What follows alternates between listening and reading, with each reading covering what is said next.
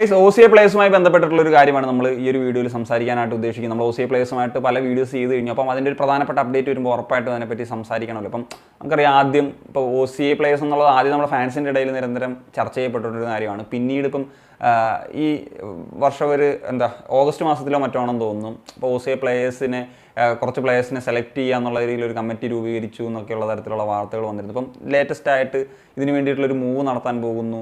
അതിൽ 24 പ്ലേയേഴ്സിൻ്റെ ഒരു ലിസ്റ്റ് ഉണ്ടാക്കിയിട്ടുണ്ട്.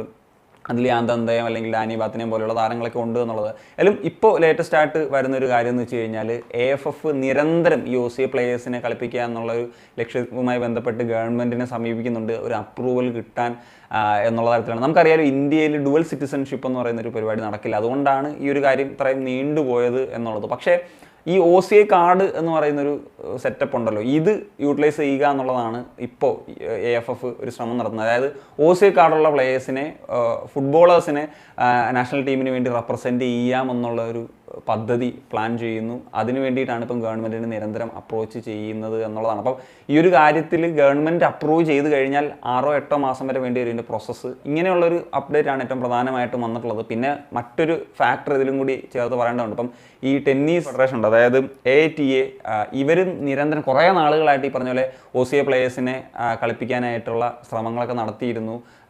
പക്ഷേ അതൊന്നും എങ്ങും എത്തിയില്ല എന്നുള്ളതാണ്. പക്ഷേ എനിക്കറിയാവുന്നൊരു വാർത്ത, ഞാൻ പണ്ട് ഒരു വാർത്ത എവിടെയോ കേട്ടിട്ടുണ്ടായിരുന്നു. അതായത് ഈ ഒരു ടെന്നീസ് കാരണം തന്നെയാണ് ഈ ഒരു OCA എന്ന് പറയുന്നൊരു കാര്യം, അല്ലെങ്കിൽ OCA പ്ലേയേഴ്സിന് നാഷണൽ ലെവലിൽ റെപ്രസെൻറ്റ് ചെയ്യാൻ പറ്റാത്തൊരു രീതിയിലേക്കൊക്കെ പോകാനുണ്ടായത്. അതിലെന്തോ കോൺട്രവേഴ്സീസും കാര്യങ്ങളൊക്കെ ഉണ്ടായിരുന്നു. സോ അതുകൊണ്ടാണ് എന്നുള്ളത്. എനിവേ, നിങ്ങളൊരു കാര്യം മനസ്സിലാക്കണം, ജസ്റ്റ് ആൻസിസ്റ്റേഴ്സ് ഇന്ത്യൻ ആണെന്നുള്ള തരത്തിലൊന്നും കളിക്കാൻ പറ്റില്ല. ഈ OCA കാർഡ് എന്ന് പറയുന്നത് കൃത്യമായിട്ട് വേണം. ഇപ്പോൾ OCA കാർഡ് ഉണ്ടെങ്കിലുള്ള ആനുകൂല്യം എന്ന് പറഞ്ഞു കഴിഞ്ഞാൽ എനിക്കൊന്നും അവർക്ക് വിസ ഇല്ലാതെ ഇപ്പം നിരന്തരമൊക്കെ ഇന്ത്യയിൽ ട്രാവൽ ചെയ്യാൻ പറ്റും.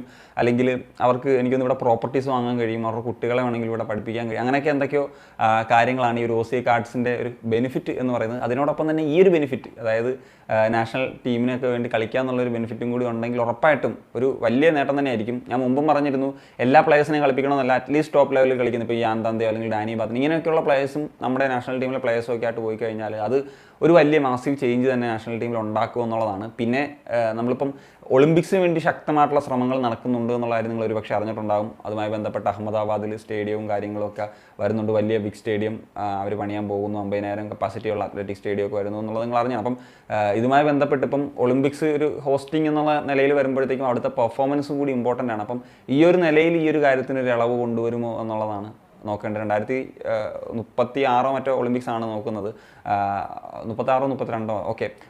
അപ്പം ആ ഒരു തരത്തിലേക്ക് വരുമ്പോൾ OCA സ്പോർട്സ് പേഴ്സൺസിന് വേണ്ടിയിട്ട് അല്ലെങ്കിൽ ആ ഒരു ലെവലിലേക്ക് മാറ്റിക്കഴിഞ്ഞാലും അത് ഇന്ത്യക്ക് ഒരു ഗുണകരമാകുമെന്നുള്ളതാണ്.